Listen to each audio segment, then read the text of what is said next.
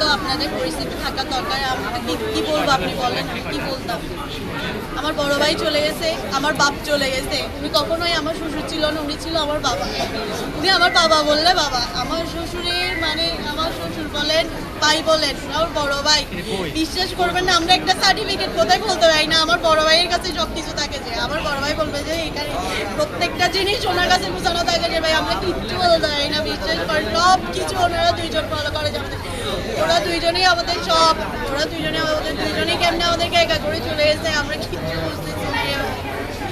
সজ্জন এবং বিনয়ী একজন শিক্ষক আমি হারাইছি আজকে।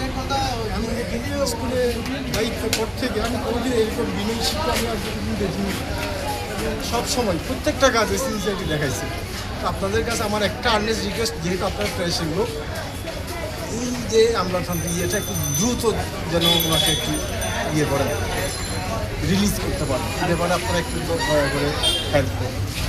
মানে ওনার সাথে লাস্ট কথোপকথন আমার লাস্ট কথোপকথন হয়েছে যে এসএসসি পরীক্ষায় উনি ডিউটি ছিল, ডিউটির শেষের দিনে আমি ওনার বাইকে সবসময় আসা যাওয়া করতাম।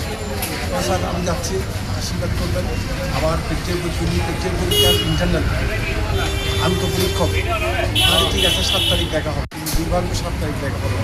শেষ এসএসসি পরীক্ষার শেষের দিনে ওনার সাথে আমার শেষ দেখা। চলে আসার সময় বিদায় নিলাম দুজনে একসাথে। আমাকে ব্রিজে নামাই দিল, আজকে আমি চলে গেলাম। তার আপনার সব করছি। আপনার নাম? আমার নাম নাসিরুদ্দিন আহমেদ, প্রধান শিক্ষক, দৌলতপুর হাই স্কুল।